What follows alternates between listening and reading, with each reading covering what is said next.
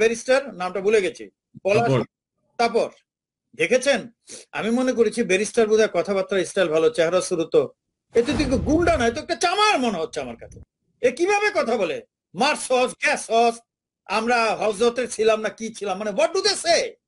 How does a barrister talk like this? কারণ কি, ওর বাবা ছিল এক গুন্ডা। এই শেখ মুজিব ফেরত আসার পরে তোর বাবার গোষ্ঠীটাই দখল করে নিয়েছে। তাজউদ্দিন আউট, যে যুদ্ধ করলো, যে সরকার গঠন করে সরকার সফলতার সাথে চালালো, তাদের খবর নেই। গুন্ডাগুলো যারা যুদ্ধ করেনি, বিএলএফ আর যাই বলে, এগুলো ইতিহাসে ভারতীয় রেকর্ডে আছে, ফরগেট অ্যাবাউট বাংলাদেশের লেখকদের কথা। এই গুন্ডাতন্ত্র যেভাবে শেষ হয়ে গেছে, আপনি দেখেন গুন্ডাতন্ত্র করে রক্ষা করতে পেরেছে আল্লাহর রহমত, মানে আল্লাহর ইচ্ছা ছাড়া এরকম গজব কোন ফ্যামিলিতে হয়? তার প্রমাণ এখন জনগণ দেখতে পাচ্ছে না। আমি হত্যাকাণ্ড পছন্দ করি না, বাদ যাওয়া হওয়াটা হবে। আপনি শত শত মানুষ হত্যা করবেন, দেশ ধ্বংস করবেন, আল্লাহ কি তখন বসে থাকবে? এই জনপদকে বাঁচাবে না? এই মাদার অফ মাফিয়ারও তাই হবে। আমি সাবধান করেছি 1.5 বছর 2 বছর ধরে যে বিচার করুন। পরে দেখলাম, এই জন্য বলেছি তারেক সিদ্দিক, আজিজ, দে আর নো মোর ইম্পর্টেন্ট ফ্যাক্টর, তারা কোনো গুরুত্বপূর্ণ বিষয় না। A mother of mafia will go. আমি আবারও রিকোয়েস্ট করছি, get out of my country. ইন্টেলিজেন্সের নাম কি করে প্রকাশ পায়? ওই চাঁদাবাজি করার জন্য। এটা হলো আর একটা গ্রুপ আসছে করতে, কালা জাহাঙ্গীর টাইপ। অ্যাবসলিউটলি। আচ্ছা, আপনি দেখেছেন শুনেছেন পৃথিবীর কোন দেশে যে অমুক বাংলাদেশে ডিজিএফআই ইন্টেলিজেন্স আমেরিকায় আছে, বা ব্রিটেনে আছে, বা ইন্ডিয়াতে আছে? এটা কোনো নিয়মই নাই, এটা ডিপ্লোমেসি দিয়ে পড়ে না। আপনি এটা বলতে পারেন ব্রিগেডিয়ার, যেটা ডিফেন্স অ্যাটাচি থাকে এমবিসিতে, হাই কমিশনে, দ্যাট ইজ ডিফারেন্ট। ইন্টেলিজেন্সের কি নীতিশ না পিটিশ, তার নাম বাংলাদেশে সবাই জানে। আর ওখানে সব নেতাগুলো তার সাথে যাচ্ছে, পার্টি টাটি করছে, মালমূল যা হওয়ার কামাই করতেছে, আর প্রজেক্ট গুলা দিচ্ছে। শুনেছেন তো ব্যবসায়ী উনি কি বললেন, কি ভয়াবহ অবস্থা দেশের। ওনার কাছ থেকে পারলে আরো ইন্টারভিউ নিবেন, ডকুমেন্ট সহ জাতিকে জানানো উচিত। আমার সাথে আপনি জানেন যে 2018 সালের 30শে ডিসেম্বর গণতন্ত্র হত্যা করে মধ্যরাতে নির্বাচন করে মানুষের ভোটাধিকার কেড়ে নিয়ে এই আওয়ামী লীগ সরকার গঠন করেছিল। তো ওবায়দুল কাদের বলেছেন যে 30শে ডিসেম্বর গণতন্ত্রের বিজয় দিবস পালন করা হবে। তো এদেরকে লজ্জা শরম, স্বাভাবিক চক্ষু লজ্জা, বিবেকবোধ, বিবেচনা বোধ, মানে ন্যূনতম কি সবই উবে গেল নাকি? বা কি মনে করেন আপনি ওবায়দুল কাদের এই যে বক্তব্য?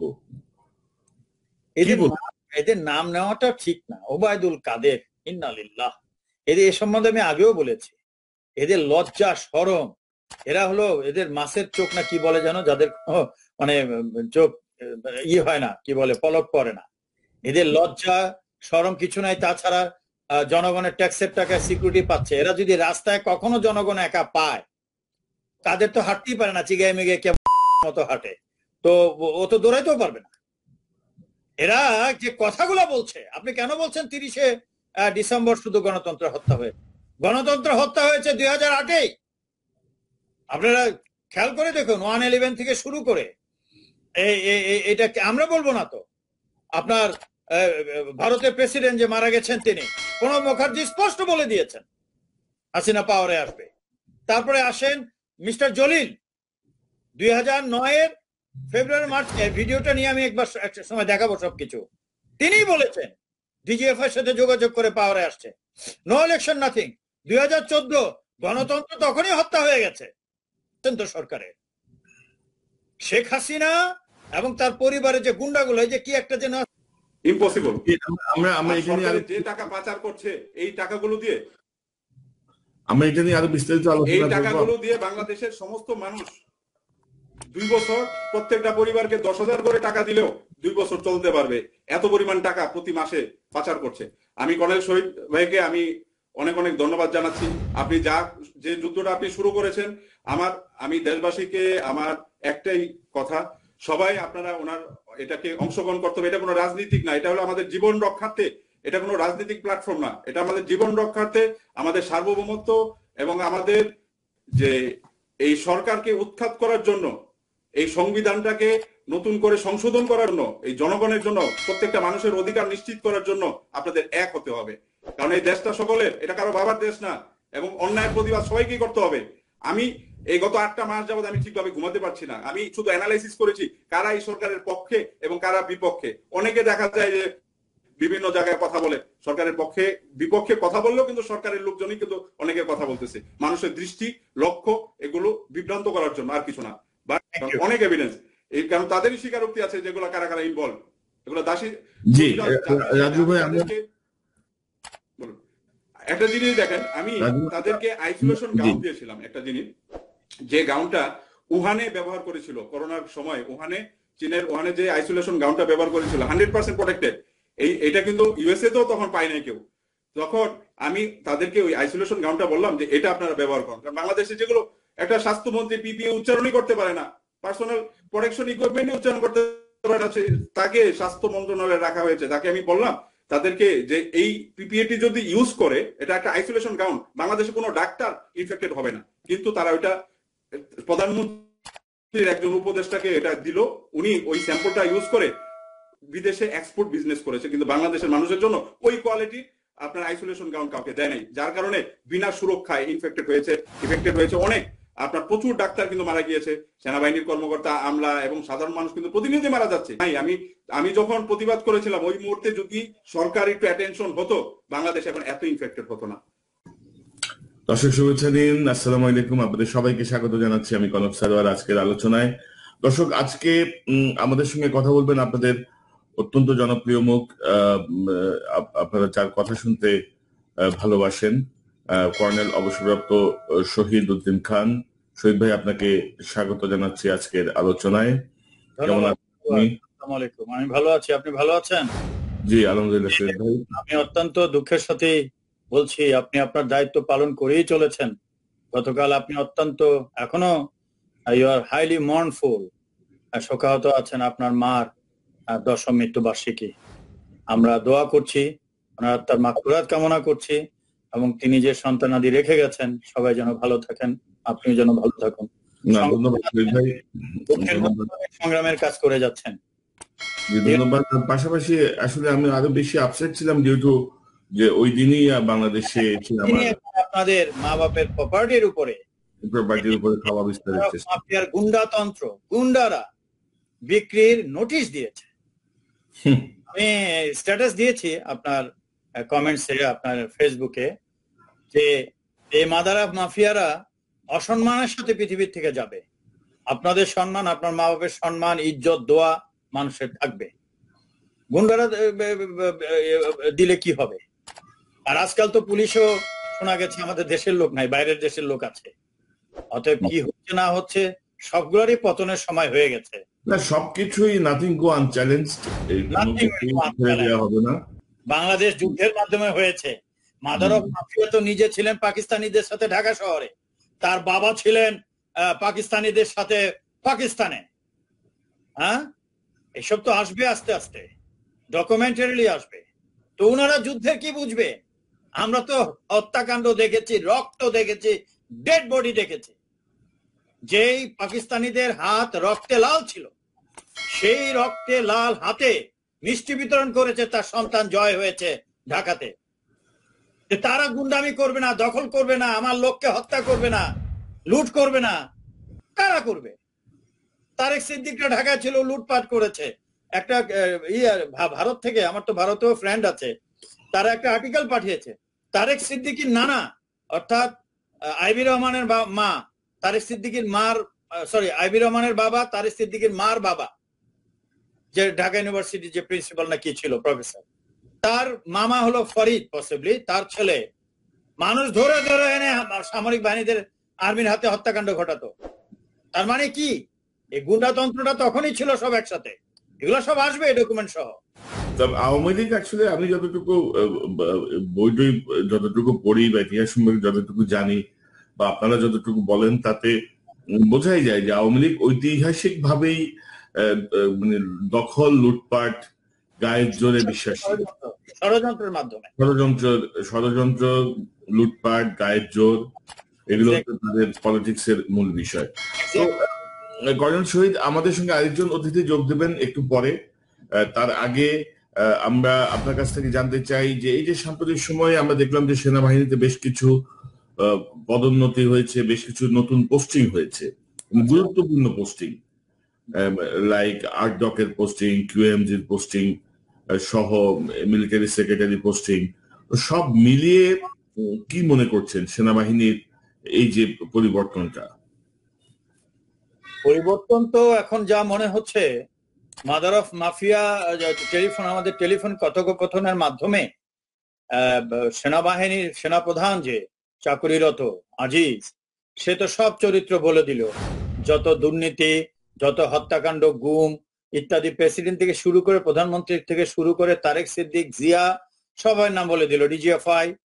সেটার পর থেকে একটা টাগ অফ ওয়ার চলছিল, কে কাকে হটাতে পারে, কিন্তু কেউ কাকে হটাতে পারছে না তো, বিকজ সবাই জড়িত।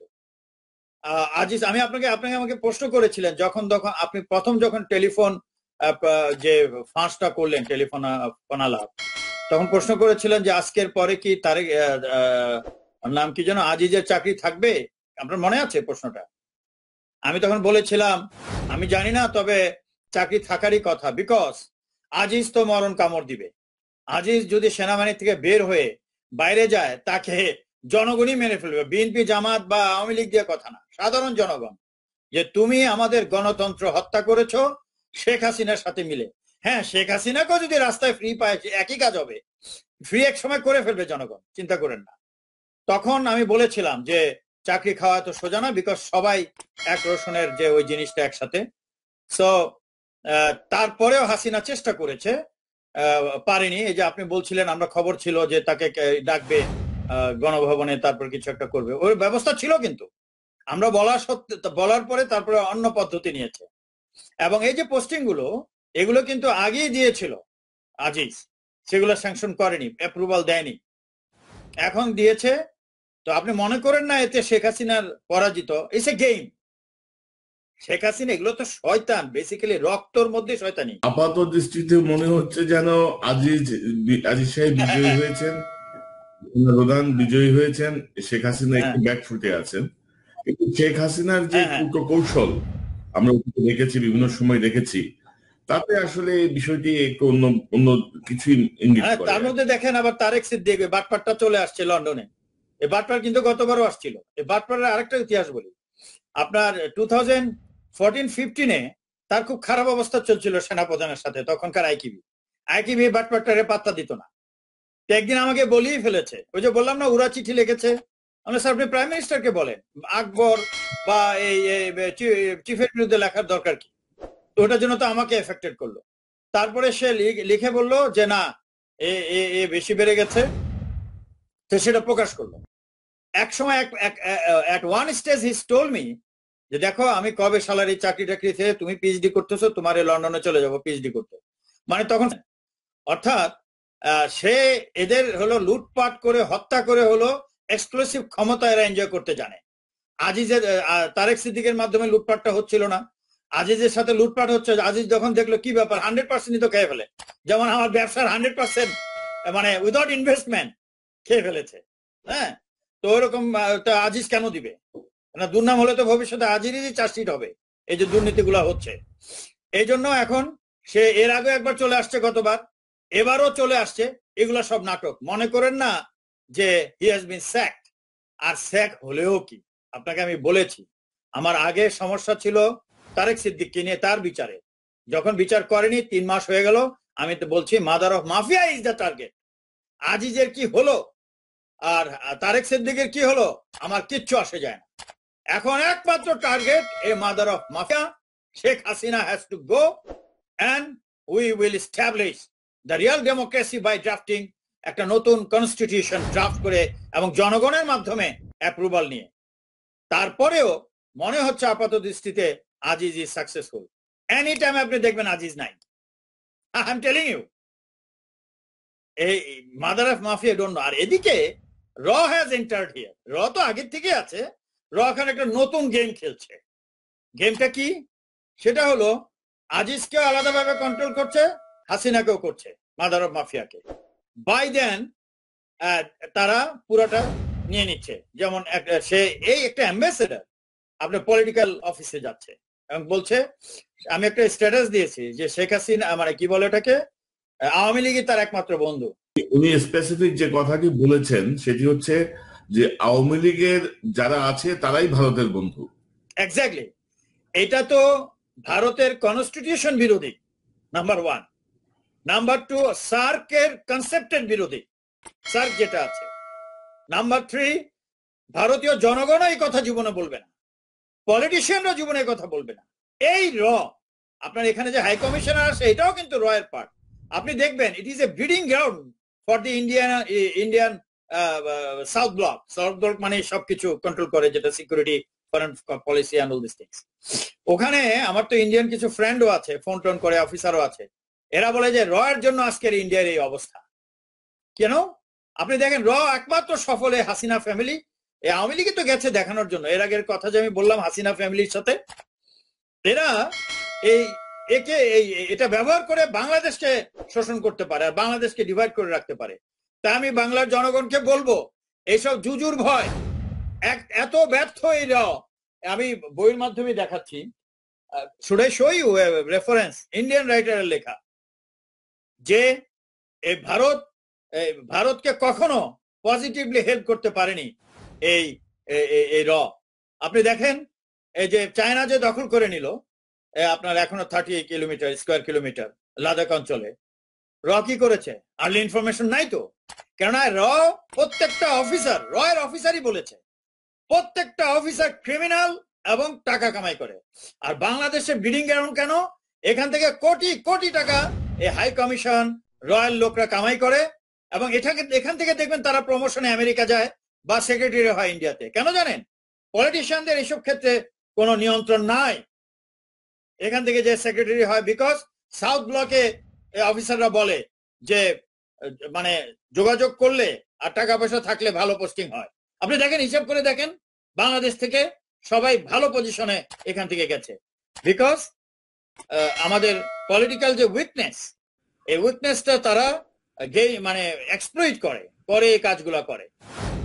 মানে বাংলাদেশে তারা অনেক বেশি গুরুত্ব পায়, এক কথায় বলা যায়, ব্রিডিং গ্রাউন্ড তাদের জন্য, এই রয়ের জন্য। নাহলে আপনি চিন্তা করেন, পৃথিবীর কোন দেশে আছে যে ইন্টেলিজেন্সের প্রধান যে বিদেশে আছে, এটা জানার কথা কি? কিতিশ কি নাম বলেন, একটা রয়ের আছে, তার নাম কি করে জনগণ জানে? এই তো জানার কথা না। এটা জানা হলে বাংলাদেশ সরকারের অ্যারেস্ট করা উচিত। আপনার হাই কমিশনের স্টাফ এক জিনিস, আর এক জিনিস। কোন ইন্টেলিজেন্স আপনি অ্যারেস্ট করার কথা বলছেন, আমাদের সীমান্তে তো তারা মানুষকে পাখির মতো গুলি করে মারে। আপনি দেখেছেন কিনা সাম্প্রতিক সময় আমাদের পররাষ্ট্রমন্ত্রীর একটি বক্তব্য আমাদের বিজয় দিবসের প্রাককালে, একটু যদি আপনাকে শোনাই আমি। আমাদের অনেক লোকজন ওখানে বর্ডারের ভিতরে ঢুকে অনেক ভিতরে যায় এবং বন্দুক নিয়ে যায়, গোলাগুলিও করে, হ্যাঁ বমও নিয়ে যায়। তো এটা শুধু একতরফা দোষ না, আমাদেরও কিন্তু দোষ। কারণ আমাদের কিছু দুষ্ট ব্যবসায়ীরা এরা ওখানে ইলিগালি যায় এবং তাদের কাছে অস্ত্র থাকে, তখন ওরা বাধ্য হয় ভয়ে, কারণ অস্ত্র থাকলে তো ভয়ে ওদের গুলি করে ফেলে। এগুলোকে কি বলবো বলেন? এটা একটা ক্রিমিনাল আসলে, কিন্তু এই স্মাগলিং করতো, এর 14 গোষ্ঠী। এটা সে জানে কেন? এটা সে তো বর্ডারে স্মাগলিং করতো, অস্ত্র নিয়ে যেত মনে হয়। আমি বর্ডারে চাকরি করেছি, আমি 100% গ্যারান্টি দিয়ে বলছি, বিডিআর আগে যারা চাকরি করেছে, বর্তমানে যারা চাকরি করছে, বর্ডার এলাকায় বাঙালিদের কোনো অস্ত্র থাকে না। আর সে তো এই কথা বলে আমাদের প্রত্যেকটা মানুষের জীবন বিপদাপন্ন করে দিল। সে বিএসএফ কে লাইসেন্স দিয়ে দিল হত্যা করার জন্য। অতএব বিএসএফ যদি গুলি করে, তারা রেফার করবে তার এই বক্তব্য থ্রু আউট দি ওয়ার্ল্ড, আরে mother of mafia Sheikh Hasina, arrest this, এই ক্লাউনটাকে অ্যারেস্ট করেন। মুখে গোবর দিয়ে ঢাকা শহরে ঘুরানোকে, সে বাংলার মানুষকে হত্যা করার জন্য বিএসএফ কে লাইসেন্স দিয়ে দিয়েছে। বিএসএফ হত্যা করবে আর রিপোর্ট পাবে সারা পৃথিবীতে। এবং হাই কমিশনে যে foreign minister of Bangladesh said, we are killing the terrorist coming with arms. আজ পর্যন্ত দেখেছেন বিএসএফ কাউকে হত্যা করে একটা আর্মস দেখিয়েছে, একটা আর্মস রিকভারি দেখিয়েছে? Is there any incident? আমি তো বিডিআর বর্ডারে ছিলাম, এই ধরনের কোনো ইনসিডেন্ট নাই। যত অস্ত্র ফেন্সিডিল আসে ভারত থেকে, সে উল্টা কথা বললো। আমরা বলে আমাদের লোক নাকি অস্ত্র নিয়ে যায়। আপনি কত ভয়ঙ্কর একটা কথা বলেছে, এ মাদার অফ মাফিয়া। আমি এসব প্রাইম মিনিস্টার, এরা প্রাইম মিনিস্টার হয়েছে, আপনি চিন্তা করতে পারছেন এই কথার উপরে ফরেন মিনিস্টারকে অ্যারেস্ট করা উচিত। যে you have given licence to BSF and Indian government to kill our people in the border. A foreign minister is telling this. আজ পর্যন্ত ইন্ডিয়া কোনো রিকভারি দেখিয়েছে আমাদের বাঙালিদের কাছ থেকে অস্ত্র? এবং কর্নেল শহীদ, আমি যদি বলি, এই যে ধরুন আমাদের পররাষ্ট্রমন্ত্রী আপনি যদি বললেন যে ইন্টারন্যাশনালি এখন ইন্ডিয়া বা বিএসএফ চাইলে এটা ব্যবহার করতে পারে, যে হ্যাঁ এটা স্টেটমেন্ট, তো সেই জায়গাটা, এবং এই লোক এর আগে বলেছে ভারতের সঙ্গে আমাদের রক্তের সম্পর্ক, আত্মার সম্পর্ক, স্বামী স্ত্রীর সম্পর্ক, তো এত কিছুর পরেও, এরকম উজবুকি মন্তব্যের পরেও সে কিন্তু বহাল তবিয়তে। কিন্তু তাকে কে স্যাক করবে? প্রাইম মিনিস্টার না, সে কিসের প্রাইম মিনিস্টার? মাফিয়া মাতারানি। এমনি কি আমি মাফিয়া, মাদার অফ মাফিয়াস বলেছে? এদের কোনো যোগ্যতা আছে? ওর বাবার কোনো যোগ্যতা ছিল? খালি গলায় গলাবাজি করতে পারে। ওর বাবা বলেছে না এবারের সংগ্রাম স্বাধীনতার সংগ্রাম, বা এবারের সংগ্রাম মুক্তির সংগ্রাম, এবারের সংগ্রাম স্বাধীনতার সংগ্রাম। নিজের কথা নিজে রক্ষা করেছে। দেশের দায়িত্ব নেওয়ার পরে চাপাবাজি করা যায়, গুন্ডামি করা যায়, রাষ্ট্র চালানো যায় না। একটা স্বাধীন রাষ্ট্র 3.5 মাসের মাথায় ধ্বংস করে দিয়েছে ডেমোক্রেসি। তার মেয়ে কি হবে বলেন? আজকে রাষ্ট্রের এই অবস্থা কেন? সে কি বোঝে যে ফরেন মিনিস্টার কি কথাটা বলেছে? কেননা শেখ হাসিনা সেই মায়া দয়া নাই এই জনগণের জন্য। সে চায় আমি তো যত পারতেছি গুম খুন করতেছি, বাকিটুক এসে বিএসএফ করুক। আমি ভারতবর্ষকে বলে দিচ্ছি, I mean the Indian government and the politicians, ভারতের জনগণকেও বলছি, আপনারা আমাদের বন্ধু এখনো আছেন, আপনারা এই র এবং এই বিএসএফ এর লাগাম ধরুন। আপনাদের কেমন লাগবে যদি বাংলাদেশি কোনো ইন্টেলিজেন্স বিএসএফ ডিজিএফআই লোক কলকাতায় যদি পরিচয় দেয় আমি ডিজিএফআই লোক, আপনাদের ধরে বাঁধে জেলে ঢুকাবেন আমি জানি। আপনাদের কেমন লাগবে যদি আমরা গুলি করি ইন্ডিয়ান লোকদের উপরে? অস্ত্র সবকিছু চালান তো আপনারাই দেন। এটা তো হাজার হাজার ভুরি ভুরি আমি কত ডকুমেন্ট জমা দিয়ে আসছি। এমনকি আপনাদের বিএসএফ কর্তৃপক্ষের সাথে মিটিং হয়েছে আমার, আপনারা দেখেন প্রসিডিংসে আছে। তাই আপনাদের গণতন্ত্র বিপন্ন হয়ে যাবে যদি এইভাবে আপনাদের র এবং এই বিএসএফ যদি অনিয়ন্ত্রিত থাকে। This cannot go like this. আমরা যেমন চাই আমাদের দেশের সার্বভৌমত্ব রক্ষা করতে, আপনারাও করুন, বিপন্ন হয়ে যাবেন। ডোন্ট থিঙ্ক যে আপনারা এই রিজিয়নে সবচেয়ে শক্তিশালী। আরো শক্তিশালী পৃথিবীতে লোক আছে, বাঙালিও লোক শক্তিশালী। 18 কোটি লোক এমনি ছেড়ে দিবেন আপনাদেরকে। উই হ্যাভ ফট ওয়ার ওয়ান্স। আপনাদেরই এই যে এখানে ইস্টার্ন কমান্ডের যে চিফ অফ স্টাফ ছিলেন mister Jacob, general Jacob, lieutenant general Jacob, তিনি বলেছেন মুক্তিযুদ্ধরা যদি 8.5 মাস যুদ্ধ করে যদি সফলতা না আনতো, তাহলে ইন্ডিয়া যে যুদ্ধটা করেছে এই বইয়ের মধ্যেই আছে, স্পষ্ট তিনি বলেছেন। আমি পরবর্তীতে সহ দেখাবো, তার পেজ অনুযায়ী বলে দিব কোথায় কোথায় বলেছেন উনি, মিস্টার জ্যাকব। হি সেড বাঙালি মুক্তিযোদ্ধারা যদি এই আর্মিকে কোণঠাসা না করতো ক্যান্টনমেন্টের ভিতরে, তাহলে ইন্ডিয়ান আর্মির পক্ষে ডিফিকাল্ট হতো। তারপরেও আপনাদের শত শত আর্মি মারা গেছে। So you must understand, we know how to fight. এইভাবে আমাদের সার্বভৌমত্বের উপরে ডাইরেক্ট করছেন। জনগণ এখন বলতে শুরু করেছে চায়নাকে ডাকো, পাকিস্তানকে ডাকো। এটা ভালো লাগছে আপনাদের? আমরা কোনো চায়না দেখতে চাই না, পাকিস্তানও দেখতে চাই না, আর ভারতের এই নোংরামিও দেখতে চাই না। কারণ হচ্ছে ভারতের মতো একটি দেশ যারা আসলে সুযোগ পেলে তো সুযোগ তো তারা কাজে লাগাবেই, তাই না? এবং আপনি যদি ডেকে এনে সুযোগ করে দেন তাহলে তাদের আধিপত্য বিস্তার করবেই। তো কথা বললো ফরেন মিনিস্টার যদি এই কথা বলে আর তারা সুযোগ নেবে না? আমরাও তো আমাদের লোক বিদেশে যাচ্ছে না, আমরা সুযোগ নিচ্ছি না যাতে ফরেন কারেন্সি আসে? সুযোগ দিচ্ছে আমাদের। আরে ভাই, সুযোগ এবং একটা প্রতিবেশী রাষ্ট্রের সাথে ডেফিনেটলি ফ্রেন্ডশিপ থাকবে, but there has to be some equal share, equality থাকতে হবে। এবং এবং হতে পারে না। এবং কর্নেল শহীদ, পার্শ্ববর্তী নেপাল তো বাংলাদেশের তুলনায় অনেক ক্ষুদ্র। তারও ভিতরে নেপালও ভারতকে তোয়াক্কা করে না। হ্যাঁ, মালদ্বীপ, শ্রীলঙ্কা কেউই ভারতকে পাত্তা দেয় না, তোয়াক্কা করে না। বোঝে ভারতের জনগণ, ভারতের পলিটিশিয়ানরা বোঝে যে you have become a hatred nation, you have been isolated in this region. এবং বাংলাদেশের জনগণ যে পরিমাণ ক্ষুব্ধ বা যে পরিমাণ বিতৃষ্ণ হয়ে আছে, তাতে আসলে ভবিষ্যতে কি দাঁড়ায় সেটি হচ্ছে দেখার বিষয়। এখনো সময় আছে বাংলাদেশের জনগণের সাথে ভারতের বন্ধুত্ব বা সম্পর্ক মজবুত করার, কারণ না হলে এটি একটি অনেক বিরূপ প্রভাব ফেলবে। এটা মজবুত হবে যদি পলিটিশিয়ানরা দায়িত্ব নেয়। পলিটিশিয়ানরা কাজ করছে কিভাবে, র যা বলতেছে সেইভাবে এটা উদ্বোধন করছে, ওটা উদ্বোধন করছে, আর র এদিকে টাকা কামাচ্ছে। আর র যেভাবে ইন্ডিয়ান ইন্টারনাল সিকিউরিটিতে মানে থ্রেটেন করেছে, সেরকম রিজিয়নে এই রয়ের ব্যর্থতার জন্য পুরা রিজিয়নে আজকে India has become isolated, friendless state India. জি, কর্নেল শহীদ, আমি আবারও আপনার সঙ্গে আরো কয়েকটা বিষয় নিয়ে কথা বলবো। তার আগে আমরা এখন স্টুডিওতে আমন্ত্রণ জানাচ্ছি doctor Raju Ahmed Dipu. Doctor Raju Ahmed Dipu German প্রবাসী বাংলাদেশি ব্যবসায়ী, যিনি নিজের জীবন বাঁচানোর তাগিদে বাংলাদেশ থেকে তিনি নির্বাসনে গেছেন, স্বেচ্ছা নির্বাসনে। বাংলাদেশে তাকে না হলে এই ফ্যাসিস্ট সরকার যে কোনো সময় হত্যা করতে পারত। রাজু ভাই, আপনাকে স্বাগত জানাচ্ছি আমাদের আলোচনায়। আপনি কর্নেল শহীদের সঙ্গে কথা বলতে চেয়েছিলেন, আমাদের সঙ্গে আপনার অনুভব শেয়ার করতে চেয়েছিলেন। আপনাকে আন্তরিকভাবে স্বাগত জানাচ্ছি। ধন্যবাদ ডক্টর কনক সারোয়ার। ধন্যবাদ জানাচ্ছি কর্নেল শহীদ ভাইকে।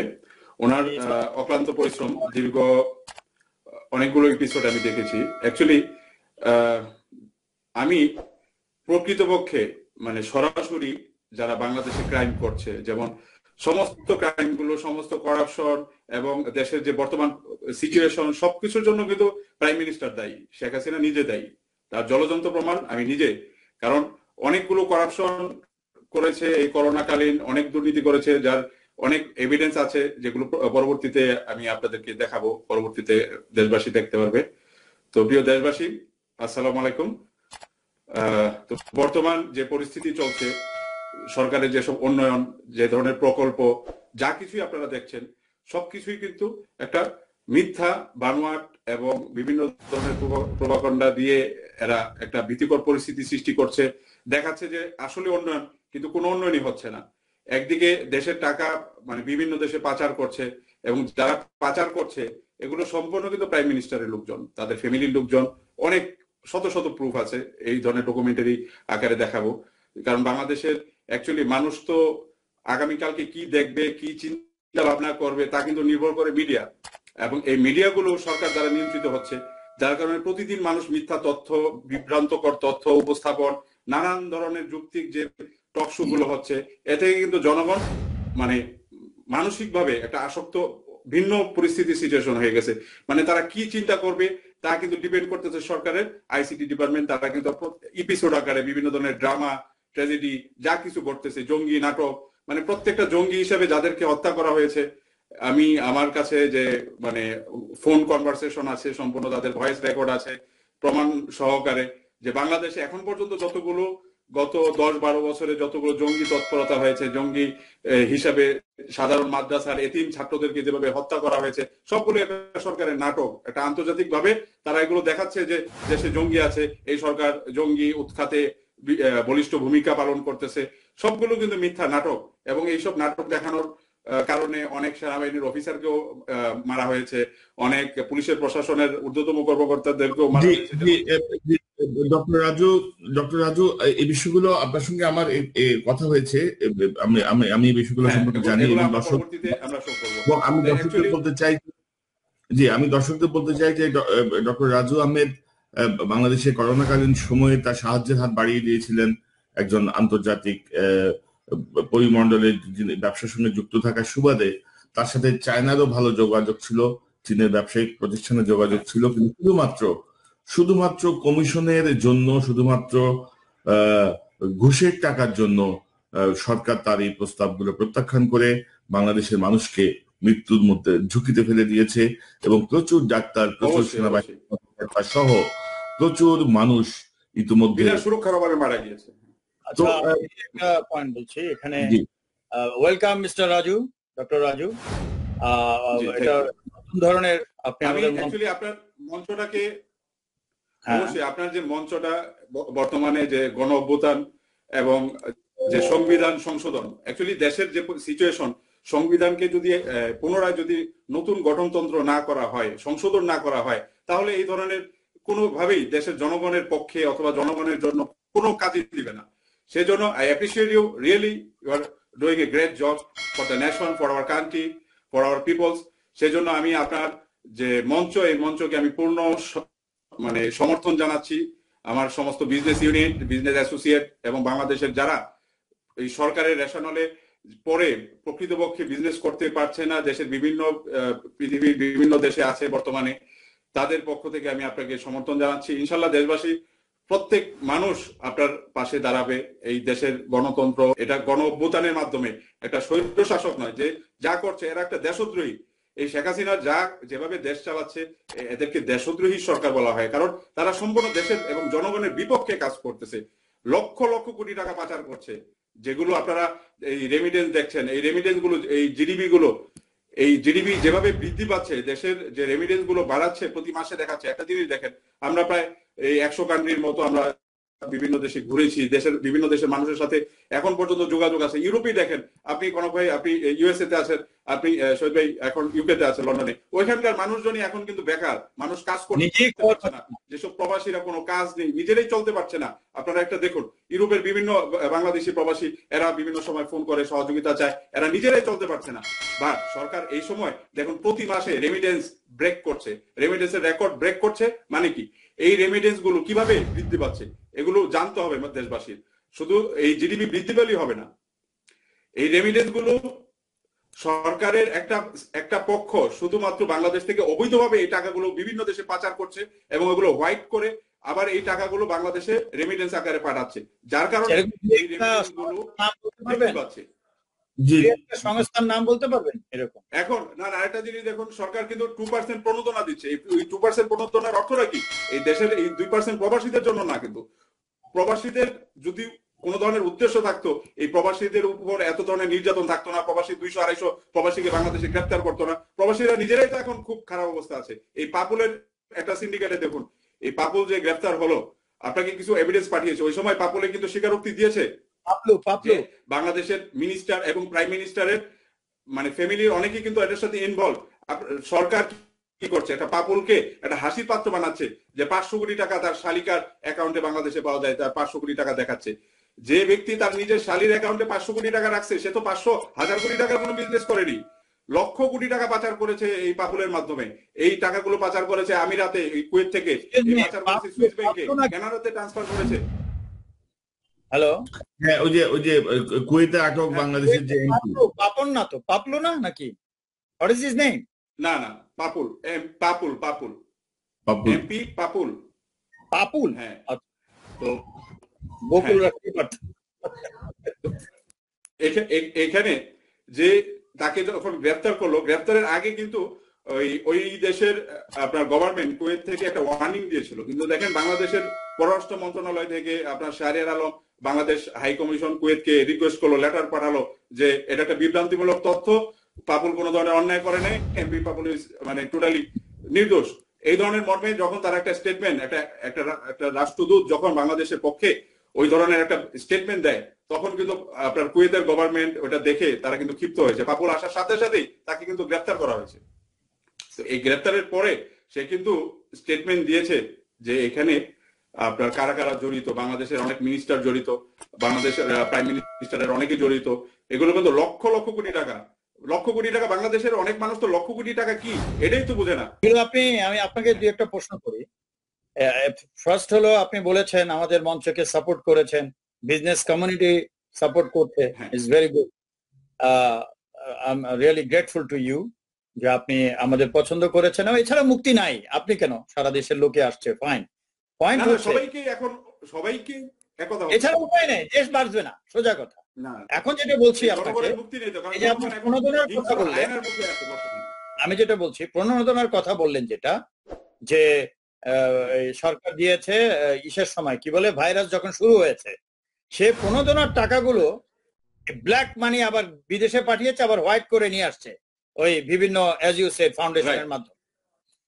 এটা সত্য, এই জন্য মেনে নিতে হবে, বিভিন্ন জানানো উচিত বিভিন্ন যে ফাউন্ডেশন আছে, রাইট। প্রণোদনায় দিয়ে থাকবেন, আপনি যদি সরকার যদি প্রণোদনায় দিয়ে থাকবে, তাহলে 350 গার্মেন্টস বন্ধ হলো কেন গত এই 9 মাসে এই ভাইরাসের সময়? তার মানে ওই টাকাগুলো প্রণোদনা দিয়েছে, এই প্রণোদনার টাকাগুলো, প্রণোদনার টাকা ভাগ করে খেয়েছে সবাই। এক্স্যাক্টলি। এই মাদার অফ মাফিয়া, এর তো মনে হয় না যে এদের যদি সবাই তো মারা যাবে, বাংলার মাটিতে কবর দেওয়া উচিত না এদেরকে, কারণ এরা কত মানুষের কবর দিচ্ছে। এই দুর্নীতিগুলো দেখতে হবে আপনাকে। এই যেভাবে এই জিডিপি গুলো ইলিগেল ওয়েতে যে বৃদ্ধি করছে, এতে কি হচ্ছে, একটা শ্রেণী অনলি 2% to 5% মানুষ হাজার হাজার কোটি টাকার মালিক, শত শত কোটি টাকার মালিক। একটা দেখেন সরকারের আমলার একটা ড্রাইভার পর্যন্ত শত কোটি টাকার মালিক, এরা অবৈধভাবে শত শত কোটি টাকা বানাচ্ছে। বা সাধারণ মানুষ দেখেন এখন 12% নগরেতে মানুষ একবেলা ভাত খেতে পারতেছে না, মানুষ এখন বেকার। তাদের কর্মসংস্থানের জন্য আমি যে উদ্যোগ নিয়েছিলাম 6 মাস আগে, প্রায় 20 লক্ষ মানুষের কর্মসংস্থান, অনেকগুলো মার্কেট প্লেস তৈরি করেছি, যেগুলো ইউএস এর অনেকগুলো 250-র উপরে মিডিয়াতে আসছিল।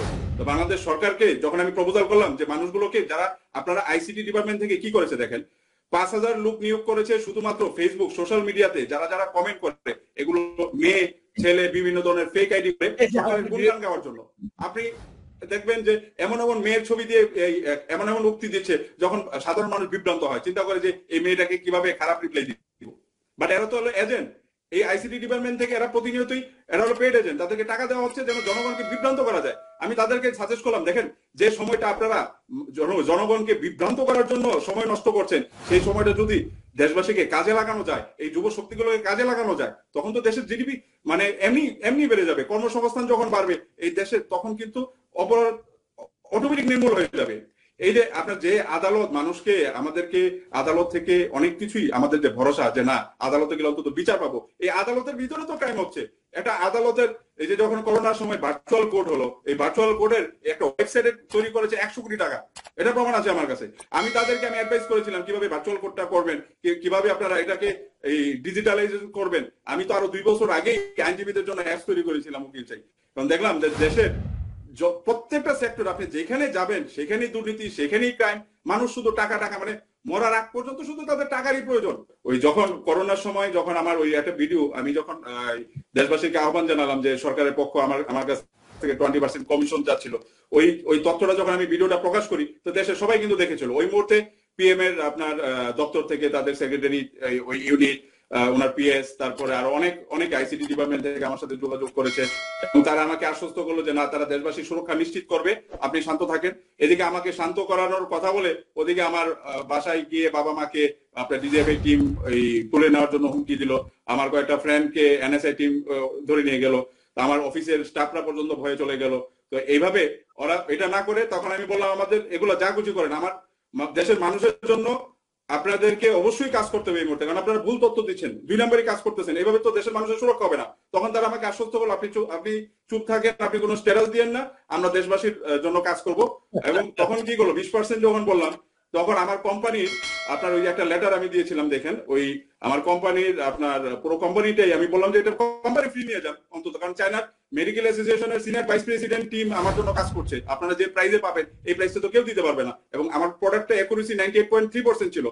তো তাদেরকে যখন দিলাম, তারা প্রধানমন্ত্রীর ব্যবসায়িক পরিচালনাকারী ছিল একজন আপনার আবু বকর সিদ্দিক, উনি আমার কোম্পানির আপনার অথরাইজেশন নিয়ে সিইও হয়ে আবার ডিরেক্টরশিপ দিয়ে, মানে উইদাউট ডকুমেন্টারি এগুলো জমা দিয়ে সে অ্যাপ্রুভাল নিয়েছিল। তখন আমাকে অফার দিল যে এই প্রাইসটা বাড়িয়ে দিতে হবে। আমি বললাম আমি চেয়েছি যেন একটা মানুষের জীবন বাঁচে এবং দেশের 1 টাকা নষ্ট না হয়। আমি আমার নিজের 1 টাকা প্রফিট দরকার নেই, তা আপনি টাকা বাড়াবেন, এই টাকাটা তো দেশের টাকা, আমি তো দেশের টাকা নষ্ট করলে আমি এটার কোনো কিছু প্রয়োজন নেই। বাট আমার টেস্টিং কিটটা কিন্তু সরকার অনুমোদন দিয়েছিল এপ্রিলের 30 তারিখ, আজকে 8 মাস পর সরকার এখন এই টেস্টিং কিট কিন্তু পুনরায় এই বাজারজাত করার জন্য বিভিন্ন হসপিটালে বিভিন্ন ভাবে তারা সরকারি ভাবে এই চালু করেছে। তাহলে যখন 8 মাস আগে 10 মিনিটে পরীক্ষা করা যেত আমার কিটটা, তখন ব্যবহার করলো না, বাট এখন যে ব্যবহার করতেছে এই কোম্পানি, এরা তো যে কিটগুলো আনছে এগুলো তো অ্যাকুরেসি অনেক খারাপ এবং এগুলোর অধিক মূল্যে আনতেছে। মানে এই করোনাকালীন শুধু টেস্টিং কিট দিয়ে, মানে ওদের যে পিসিআর কিট দিয়ে কয়েক হাজার কোটি টাকা দুর্নীতি করেছে। এবং এগুলো কে করেছে? এগুলো স্বাস্থ্যমন্ত্রী তো সাধারণ দেখায়, স্বাস্থ্যমন্ত্রী এগুলো কিছুই না। ওই যে আপনার ওই খালেদ যেগুলোর নাম বলে, এরা কেউ মূল সিনের ভিতরে নেই। সম্পূর্ণ প্রাইম মিনিস্টারের যে কাছের যেসব লোকজন, তাদের পরিবারের লোকজন, এগুলো সমস্ত এভিডেন্স আছে। এগুলো আস্তে আস্তে আপনাদেরকে আমি এগুলো দেখাবো, অনেক এভিডেন্স। এই কারণ তাদেরই স্বীকারোক্তি আছে যেগুলো কারা কারা ইনভলভ। এগুলো দাসী। জি রাজু ভাই, বলুন একটা জিনিস দেখেন, আমি তাদেরকে আইসোলেশন গাউন দিয়েছিলাম, একটা জিনিস যে গাউনটা উহানে ব্যবহার করেছিল করোনার সময়। উহানে, চীনের উহানে যে আইসোলেশন গাউনটা ব্যবহার করেছিল 100% প্রোটেক্টেড। এটা কিন্তু ইউএসএ তো তখন পায় নাই কেউ।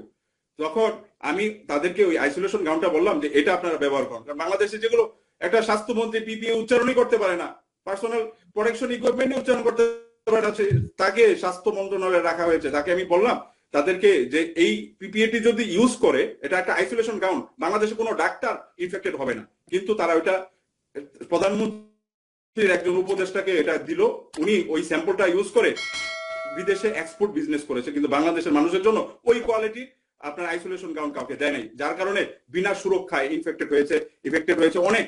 আপনার প্রচুর ডাক্তার কিন্তু মারা গিয়েছে, সেনাবাহিনীর কর্মকর্তা, আমলা এবং সাধারণ মানুষ কিন্তু প্রতিনিয়ত মারা যাচ্ছে। আমি যখন প্রতিবাদ করেছিলাম, ওই মুহূর্তে যদি সরকার একটু অ্যাটেনশন হতো, বাংলাদেশ এখন এত ইনফেক্টেড হতো না। ইম্পসিবল। যে টাকা পাচার করছে এই টাকাগুলো দিয়ে, আমরা এটা নিয়ে আরো বিস্তারিত আলোচনা করব। এই টাকাগুলো দিয়ে বাংলাদেশের সমস্ত মানুষ 2 বছর, প্রত্যেকটা পরিবারকে 10,000 করে টাকা দিলেও 2 বছর চলতে পারবে। এত পরিমাণ টাকা প্রতি মাসে পাচার করছে। আমি কর্নেল শহীদ ভাইকে আমি অনেক অনেক ধন্যবাদ জানাচ্ছি। আপনি যে যুদ্ধটা আপনি শুরু করেছেন, আমি দেশবাসীকে আমার একটাই কথা, সবাই আপনারা ওনার এটাকে অংশগ্রহণ করতে হবে। এটা কোনো রাজনীতিক না, এটা হলো আমাদের জীবন রক্ষার্থে। এটা কোনো রাজনৈতিক প্ল্যাটফর্ম না, এটা আমাদের জীবন রক্ষার্থে, আমাদের সার্বভৌমত্ব এবং আমাদের যে এই সরকারকে উৎখাত করার জন্য, এই সংবিধানটাকে নতুন করে সংশোধন করার জন্য, এই জনগণের জন্য, প্রত্যেকটা মানুষের অধিকার নিশ্চিত করার জন্য আপনাদের এক হতে হবে। কারণ এই দেশটা সকলের, এটা কারো বাবার দেশ না। এবং অন্যায়ের প্রতিবাদ সবাইকেই করতে হবে। আমি এই গত 8টা মাস যাবৎ আমি ঠিকভাবে ঘুমাতে পারছি না। আমি শুধু অ্যানালাইসিস করেছি কারা এই সরকারের পক্ষে এবং কারা বিপক্ষে। অনেকে দেখা যায় যে বিভিন্ন জায়গায় কথা বলে, সরকারের পক্ষে বিপক্ষে কথা বললেও কিন্তু সরকারের লোকজনই কিন্তু অনেকে কথা বলতেছে, মানুষের দৃষ্টি লক্ষ্য এগুলো বিভ্রান্ত করার জন্য, আর কিছু না। আমি কর্নেল শহীদ ভাই সম্বন্ধে আমি যা অ্যানালাইসিস করলাম, ইজ দ্য রাইট ওয়ে যা করতেছেন।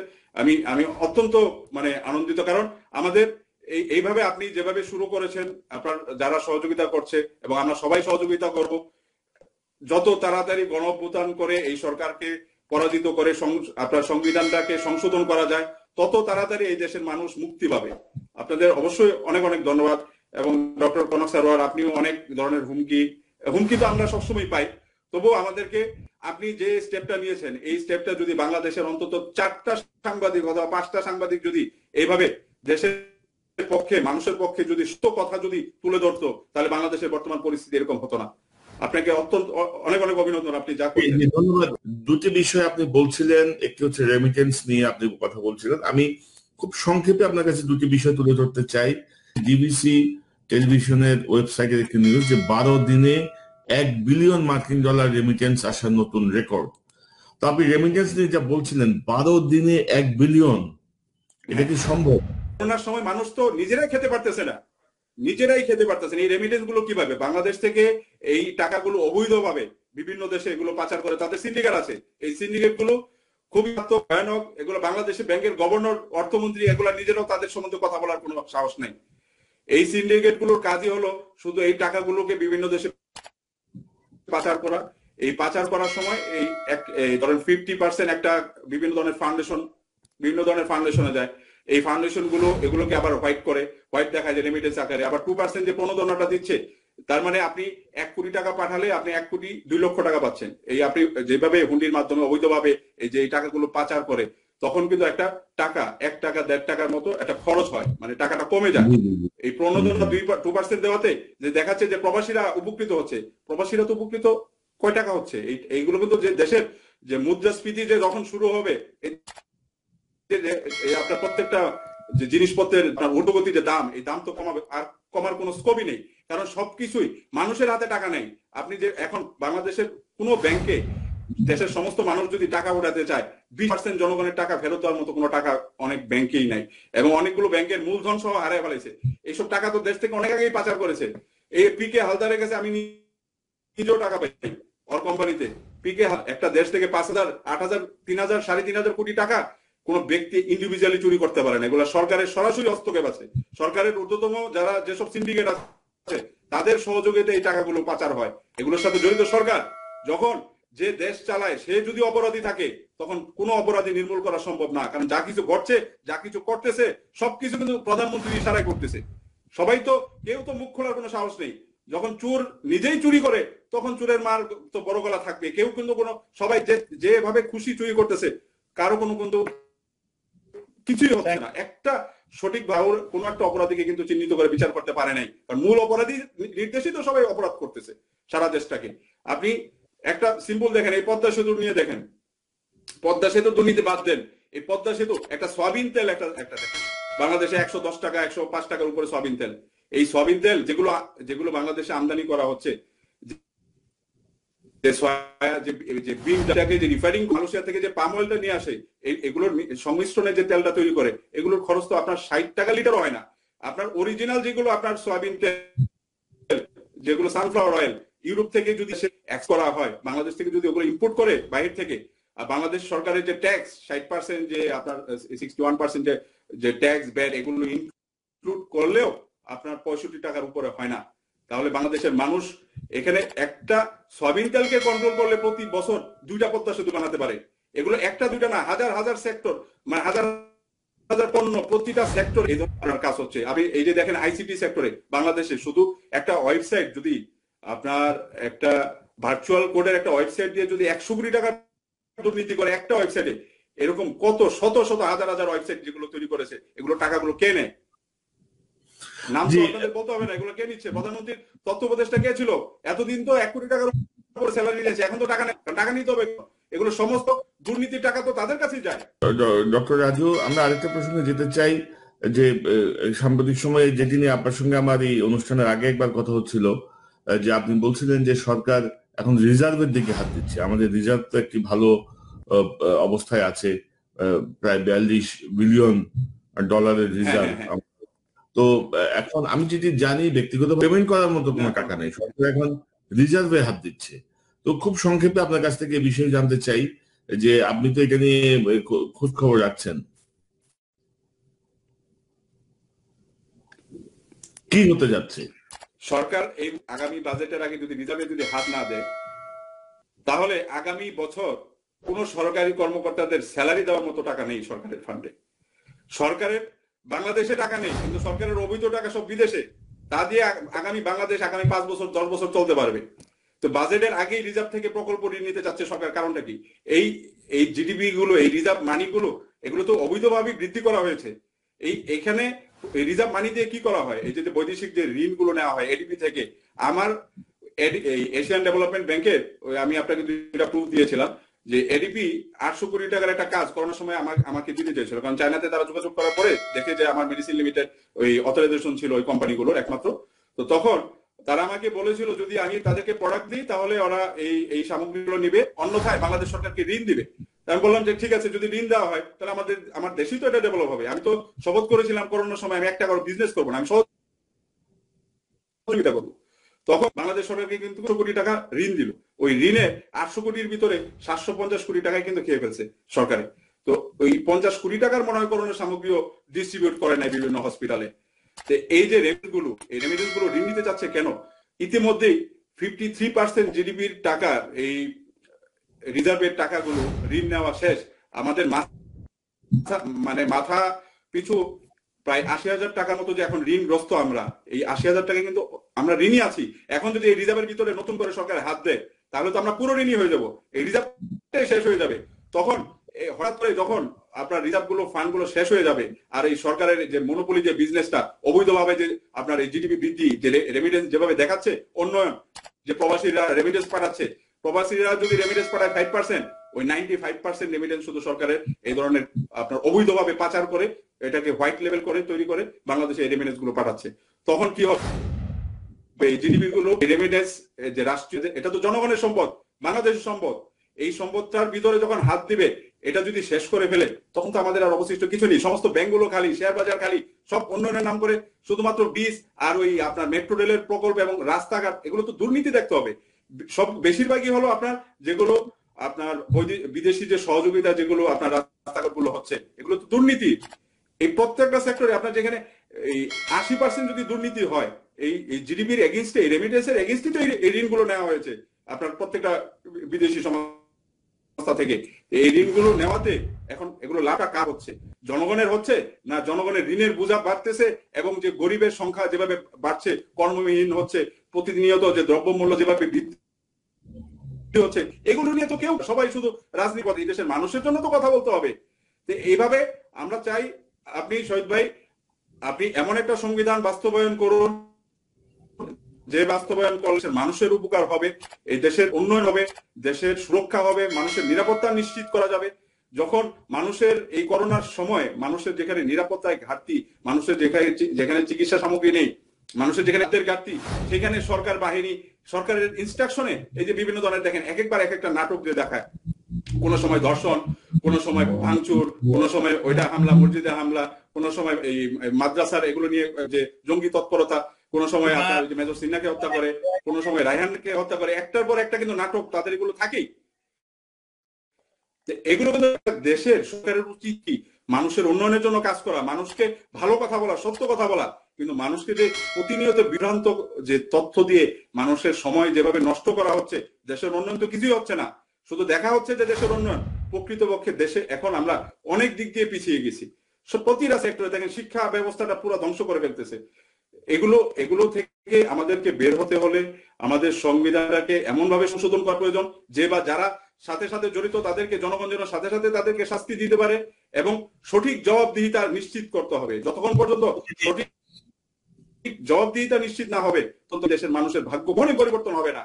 এই দেশের ভাগ্য পরিবর্তন করতে হলে জবাবদিহিতা নিশ্চিত করতে হবে। সে প্রধানমন্ত্রী হোক, মন্ত্রী হোক, ডাজন্ট ম্যাটার, এগুলো জনগণের টাকায় তাদেরকে বেতন দেওয়া হচ্ছে, তারপর তাদের কিভাবে চুরি করতে হবে। এইসব চুরি করে যারা ক্ষমতায় আছে, সে প্রধানমন্ত্রী কি আর মন্ত্রী কি, ডাজন্ট ম্যাটার। প্রতিটা নাগরিকের সমান অধিকার। এই রাষ্ট্রের মালিক এই দেশের জনগণ। প্রধানমন্ত্রী শেখ হাসিনা উনি এই দেশের মালিক না। ওনাদের ইতিহাস আমাদের ঘাটার দরকার নেই, আমরা এই 50 বছর পিছনে যাওয়ার দরকার নেই। এই বর্তমান 12 বছর দেখলেই দেশের মানুষ বুঝতেছে, জানতেছে আগের সরকার কি করেছে, বর্তমান সরকার কি করেছে। একজন আরেকজনের উপর কাদা ছোড়াছুড়ি মানুষের তো কিছু হবে না। মানুষেরকে বাঁচাতে হলে আমাদেরকে এই সংবিধানকে সংশোধন করতে হবে এবং অবশ্যই গণ অভ্যুত্থানের মাধ্যমে এই স্বৈরাচার সরকারকে পতন ঘটাতে হবে। তারপর একটা সঠিক ব্যবস্থা করে সে যারা আগামীতে যে বা যারা আসুক তারা যেন ওইভাবে বাস্তবায়ন করতে পারে, সেটা নিশ্চিত করতে হবে আমাদেরকে। জি, ডক্টর রাজু আহমেদ, আপনাকে অসংখ্য ধন্যবাদ আপনার মূল্যবান পরামর্শের জন্য, আপনার বক্তব্যের জন্য। আমরা নিশ্চয়ই আপনার সঙ্গে আরো অনেক বিষয় নিয়ে কথা বলবো, যে বিষয়গুলো আপনি ভুক্তভোগী, সে বিষয়গুলো নিয়ে আমি আপনার সঙ্গে আরো বিস্তারিত কথা বলবো এবং দর্শকদের জন্য তুলে ধরবো যে এই সরকারের যে ভয়াবহ লুটপাটের চিত্র। আপনি ভালো থাকুন, আবারও দেখা হবে আপনার সাথে। Thank you very much. জি, ভালো থাকুন। হ্যাঁ, ভালো থাকুন সবাই। আসসালামু আলাইকুম। ওয়ালাইকুম আসসালাম। তো কর্নেল শহীদ, আপনি যেটি শুনলেন, আপনার এই সম্পর্কে একটু সংক্ষিপ্ত মন্তব্য নিতে চাই, তারপর আমরা অন্য প্রসঙ্গে যাব। আচ্ছা, এটা খুব সৌভাগ্যের বিষয় আপনার সাথে যোগাযোগ করে তিনি আসছেন। উনি কিন্তু ব্যক্তিগতভাবে ক্ষতিগ্রস্ত যতটুকু না, তার চেয়ে বেশি আসছেন উনি দেশ ধ্বংস হয়ে যাচ্ছে সেটা রক্ষার্থে তার একটা ফিলিংস, সে একটা মঞ্চ খুঁজে পেয়েছে যেটা আমাদের, আচ্ছা আপনাকে বলে রাখি, আমাদের মঞ্চটা আমাদের অনেকে বলেছে এটা অনেক বড় হয়ে গেছে, যে গণ অভ্যুত্থান ও নতুন সংবিধান মঞ্চ, এটা বড়, এটা আমাদের স্লোগান, এটাই উদ্দেশ্য, এটা আমাদের মিশন। কিন্তু মঞ্চ এখন যেটা নাম দিচ্ছি দেশ মুক্তি মঞ্চ। ছোটটা এই জন্য যে সো দ্যাট ওই স্লোগান দিতে পারছে না, অনেকে বলছে স্যার এটা ছোট করেন, আর স্লোগানে আরো অনেক কিছু থাকবে। আমি ঠিক আছে, দেশ মুক্তি মঞ্চ। উনি যে কথাগুলো বললেন, উনি যে সাপোর্ট করলেন এবং বিজনেস কমিটি সাপোর্ট করছেন, আলহামদুলিল্লাহ, যে মানুষ জাগতে শুরু করেছে আপনারা তো দেখতেই পাচ্ছেন সোশ্যাল মিডিয়াতে, ওনার মতো একটা বিজনেসম্যান আসছেন এবং উনি শিক্ষিত বটে, ডক্টরেট তিনি পিএইচডি করেছেন। অতএব শুধু শিক্ষিত সমাজ না, সব ক্ষেত্রের মানুষ এখন জেগে উঠেছে, সে গ্রামের গরিব কৃষক সবাই জেগে উঠেছে। এবং ওনার মতো সম্মানী ব্যক্তি বিদেশে দেশে যাতে সুনাম আছে, সম্মান আছে, আই স্যালিউট হিম। আশা করছি এরকম সবাই এগিয়ে আসবেন। বাট এখানে একটা কথা আমার বলে দেওয়া উচিত, আমাকে আমার যে মঞ্চে যারা আছেন সদস্যরা বলেছেন আমাকে, আমি যেহেতু মুখপাত্র, যে অর্থনৈতিক ব্যাপার অনেক বিজনেসম্যানরা আমার সাথে যোগাযোগ করেছেন, লিখছেন, যেমন উনি আসছেন, তো অনেকে বলছেন অ্যাকাউন্ট নাম্বার দিতে, টাকা যা লাগবে দিবে, দিস দ্যাট। আমি বললাম আমাদের কোনো অর্থ খরচ হয় না, আমরা এই টেলিফোনে যা কথা বলি, বিদ্যুৎ বিল আসে, যা ভিডিওতে কথা বলি, অতএব আস্থার নামে আমার যে সংস্থা আছে সে আস্থার নামে বা এই মঞ্চের নামে অর্থাৎ দেশ মুক্তি মঞ্চ বা গণ অভ্যুত্থান ও নতুন সংবিধান মঞ্চের নামে কেউ যদি টাকা চায়, please do not give any money. আমরাও কখনো চাবো না, আই এম টেলিং ইউ, আমি এখান থেকে বলছি। This is number one. Number two, আপনারা যেহেতু অর্থ সবারই লাগে, আপনারও লাগে, আমাদের লাগে, যুদ্ধ সংগ্রামেও লাগে, যদি প্রয়োজন হয় সে প্রোগ্রাম অনুযায়ী, সে প্রোগ্রামে যার যার টাকা সেই দিবেন, কোনো ব্যক্তির হাতে দিবেন না, আপনি নিজেই প্রোগ্রাম অনুযায়ী বা যেখানে খরচ করার দরকার করবেন। বাট আপনাদের এই সহযোগিতার যে যারা যোগাযোগ করেছেন দেশে বিদেশে, আপনাদের নাম স্বর্ণাক্ষরে লেখা থাকবে। আপনারা হলো সবচেয়ে বড় যোদ্ধা। আজকে যারা প্রথম এগিয়ে আসছেন, আপনারা হচ্ছে প্রথম সারির যোদ্ধা। যারা নাম লিখছেন, যারা নাম পাঠাচ্ছেন, আপনাদের নাম স্বর্ণাক্ষরে লেখা থাকবে। মুক্তির আর কোনো পথ নেই এই গণঅভ্যুত্থান ছাড়া, নতুন সংবিধান ছাড়া। কর্নেল শহীদ, আমরা অনুষ্ঠানের শেষ দিকে আমার দুটো প্রসঙ্গ নিয়ে আর কথা বলবো। আপনি জানেন যে 2018 সালের 30শে ডিসেম্বর গণতন্ত্র হত্যা করে মধ্যরাতে নির্বাচন করে মানুষের ভোটাধিকার কেড়ে নিয়ে এই আওয়ামী লীগ সরকার গঠন করেছিল। তো ওবায়দুল কাদের বলেছেন যে 30শে ডিসেম্বর গণতন্ত্রের বিজয় দিবস পালন করা হবে। তো এদেরকে লজ্জা শরম, স্বাভাবিক চক্ষু লজ্জা, বিবেকবোধ, বিবেচনা বোধ, মানে ন্যূনতম কি সবই উবে গেল নাকি? বা কি মনে করেন আপনি ওবায়দুল কাদের এই যে বক্তব্য?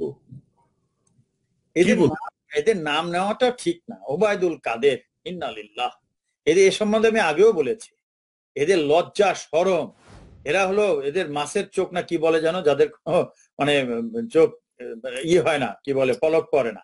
এদের লজ্জা শরম কিছু নাই। তাছাড়া জনগণের ট্যাক্সের টাকায় সিকিউরিটি পাচ্ছে। এরা যদি রাস্তায় কখনো জনগণ একা পায়, তাদের তো হাঁটতেই পারে না, চিগাই মেগে কে মতো হাঁটে, তো ও তো দৌড়াইতেও পারবে না। এরা যে কথাগুলো বলছে, আপনি কেন বলছেন 30শে ডিসেম্বর শুধু গণতন্ত্র হত্যা হয়েছে? গণতন্ত্র হত্যা হয়েছে 2008-এ। আপনারা খেয়াল করে দেখুন, 111 থেকে শুরু করে এটা আমরা বলবো না তো। আপনার ভারতের প্রেসিডেন্ট যে মারা গেছেন, তিনি প্রণব মুখার্জি স্পষ্ট বলে দিয়েছেন হাসিনা পাওয়ারে আসবে। তারপরে আসেন মিস্টার জলিল, 2009-এর ফেব্রুয়ারি মার্চে, ভিডিওটা নিয়ে আমি একবার একটা সময় দেখাবো সবকিছু, তিনিই বলেছেন ডিজিএফ এর সাথে যোগাযোগ করে পাওয়ারে আসছে। No election, nothing. 2014 গণতন্ত্র তখনই হত্যা হয়ে গেছে সরকারে। শেখ হাসিনা এবং তার পরিবারের যে গুন্ডাগুলো, যে কি একটা যেন আছে, ব্যারিস্টার, নামটা ভুলে গেছি, তারপর দেখেছেন, আমি মনে করেছি ব্যারিস্টার বোধহয় কথাবার্তা স্টাইল ভালো, চেহারা শুরুতো, এত তো গুন্ডা নয়, তো একটা চামার মনে হচ্ছে আমার কাছে। এ কিভাবে কথা বলে, মার্চ হস, গ্যাস হস, আমরা হজরতের ছিলাম না কি ছিলাম, মানে what do they say? How does a barrister talk like this? কারণ কি, ওর বাবা ছিল এক গুন্ডা। এই শেখ মুজিব ফেরত আসার পরে তোর বাবার গোষ্ঠীটাই দখল করে নিয়েছে। তাজউদ্দিন আউট, যে যুদ্ধ করলো, যে সরকার গঠন করে সরকার সফলতার সাথে চালালো, তাদের খবর নেই। গুন্ডাগুলো যারা যুদ্ধ করেনি, বিএলএফ আর যাই বলেন, এগুলো ইতিহাসে ভারতীয় রেকর্ডে আছে। ফরগেট অ্যাবাউট বাংলাদেশের লেখকদের কথা। এই গুন্ডাতন্ত্র যেভাবে শেষ হয়ে গেছে, আপনি দেখেন গুন্ডাতন্ত্র করে রক্ষা করতে পেরেছে? আল্লাহর রহমত, মানে আল্লাহর ইচ্ছা ছাড়া এরকম গজব কোন ফ্যামিলিতে হয়? তার প্রমাণ এখন জনগণ দেখতে পাচ্ছে না। আমি হত্যাকাণ্ড পছন্দ করি না, বাট যাওয়া হত্যা হবে। আপনি শত শত মানুষ হত্যা করবেন, দেশ ধ্বংস করবেন, আল্লাহ কি তখন বসে থাকবে? এই জনপদকে বাঁচাবে না? এই মাদার অফ মাফিয়ারও তাই হবে। আমি সাবধান করেছি 1.5 বছর 2 বছর ধরে যে বিচার করুন। পরে দেখলাম এই জন্য বলেছি তারেক সিদ্দিক, আজিজ, দে আর নো মোর ইম্পর্টেন্ট ফ্যাক্টর। তারা কোনো গুরুত্বপূর্ণ বিষয় না। A mother of mafia will go. আমি আবারও রিকোয়েস্ট করছি, get out of my country. ইন্টেলিজেন্সের নাম কি করে প্রকাশ পায়? ওই চাঁদাবাজি করার জন্য। এটা হলো আর একটা গ্রুপ আসছে করতে, কালা জাহাঙ্গীর টাইপ। অ্যাবসলিউটলি।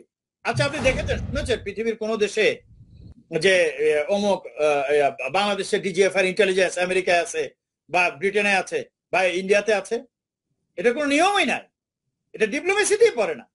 আপনি এটা বলতে পারেন ব্রিগেডিয়ার যেটা ডিফেন্স অ্যাটাচি থাকে এমবিসিতে, হাই কমিশনে, দ্যাট ইজ ডিফারেন্ট। ইন্টেলিজেন্সের কি নীতিশ না পিতিশ, তার নাম বাংলাদেশে সবাই জানে। আর ওখানে সব নেতাগুলো তার সাথে যাচ্ছে, পার্টি টাটি করছে, মালমূল যা হওয়ার কামাই করতেছে আর প্রজেক্ট গুলা দিচ্ছে। শুনেছেন তো ব্যবসায়ী উনি কি বললেন, কি ভয়াবহ অবস্থা দেশের। ওনার কাছ থেকে পারলে আরো ইন্টারভিউ নিবেন, ডকুমেন্ট সহ জাতিকে জানানো উচিত। আমার সাথে ওনার কথা হয়েছে এবং ওনার কাছে পর্যন্ত প্রচুর ডকুমেন্ট আছে, কারণ উনি একজন দেশপ্রেমিক মানুষ। কিছু করতে যে উনি করতে পারেননি, লোভের কারণে এতগুলো মানুষের জীবন হুমকির মুখে ফেলে দিয়েছে। ভাবা যায় বলেন? এখনো শোনা যায় 15,000 টেস্ট করছে 18 কোটি দেশের লোক। শেখ হাসিনা কি মনে করে? ও যে অশিক্ষিত, বোঝে না, বাকি দেশের লোক বোঝে না? হ্যাঁ, আর এদিকে কিছু 5,000 লোক লাগিয়েছে আমাদের বিরুদ্ধে বলতে। এগুলো বলুক, আপনি যখন পাবলিক ফিগার হবে আপনার বিরুদ্ধে বলবে। আর আমরা যা বলছি ডকুমেন্ট সহকারে বলছি। আর সবচেয়ে বড় কথা যে তারই সেনাপ্রধান সব সত্য কথা বলে দিয়েছে। আর কিছু প্রয়োজন নাই। আর শহীদ ভাই, ওই যে ডিজিএফআই এর যে 5,000 জনের তালিকা যারা আমাদেরকে গালাগাল করে, শুরু হওয়ার সাথে সাথে গালি দেওয়া শুরু করে, তো ওদের তালিকাটা আশা করি আমি পেয়ে যাবো। অর্থাৎ তাদের যে অ্যাপয়েন্টমেন্টের যে লিস্ট, তাদের নাম, ঠিকানা, টেলিফোন নাম্বার সহ টোটালটাই আশা করি চলে আসবে আমার কাছে। তো আসলে তখন দেখা যাবে এরা খারাপ। আপনার জন্য সাজেশন হলো, আপনার জন্য সাজেশন, যখন দেশে যাবো ইনশাআল্লাহ, যে এদেরকে এরা হলো পেটের দায় করে, এদেরকে মারারও দরকার নেই, ডেকে শুধু বাট লিস্ট করে রাখা ভালো। আমিও লিস্ট করে রাখছি যারা কমেন্ট। দেখতে হবে যে শিখানো উচিত যে এসব করো না, দেশের ক্ষতি করো না, সত্যটা বলো। আমি সবাইকে বলছি, প্রমাণ সহ সত্যটা বলো। মানুষ জেগে উঠেছে। আজকে আপনি যে মঞ্চটা, আপনি যে মানে সারা দেশে একটা আলোড়ন সৃষ্টি করেছেন, আপনি কয়েকদিনের মধ্যে দেখবেন আরো হবে। বাট আমি সবাইকে দেশে বিদেশে, আমার কথা হচ্ছে যে সহ বলুন। আমার কথা এটাই, আমার কথা হচ্ছে মিথ্যা কথা না বলে তোমার রিক্সা চালায় খাও, তাও ঠিক, কৃষিকাজ খাও। তুমি জোরপূর্বক, কিছু কিছু আছে জোরপূর্বক। অনেকে না করলে তুই তাহলে মানে স্বাধীনতা বিরোধী, মানে আসলে স্বাধীনতা বিরোধী দিয়ে থেকে জেলে ঢুকায়। এই জন্য বলছি, আমি আবারও বলছি দেশের জনগণকে, বিচার এখন একজনেরই হবে। আমি বলেছিলাম, আপনি দেখেন তারেক সিদ্দিক, যেমন আমি বললাম না 2015-15 বলেছে না দেশ ছেড়ে চলে যাব। অর্থাৎ বাধ্য হয়ে মাদার অফ মাফিয়ার ফ্যামিলির বাধ্য হয়ে অনেকে অনেক কিছু ক্রাইম করতে হচ্ছে। অতএব আমি যেটা বলছি, যারা বাধ্য হয়ে ছাত্রলীগে, যুবলীগে জয়েন করে বিসিএস করে পাশ করে ম্যাজিস্ট্রেট সিস্টেম হয়েছেন, তাদের তো উপায় নাই, যোগ্য কিন্তু হতে পারছে না, বাধ্য হয়ে গেছে। মা বাবা এত টাকা খরচ করেছে, খাওয়াবে কি, এই জন্য গেছে। বাট আমি তাদেরকে বলবো, আমি আপনাদের যত না দোষ দিই, তত বেশি দোষ দিব যদি আপনারা সততার সাথে কাজ না করেন, দেশ রক্ষার্থে কাজ না করেন।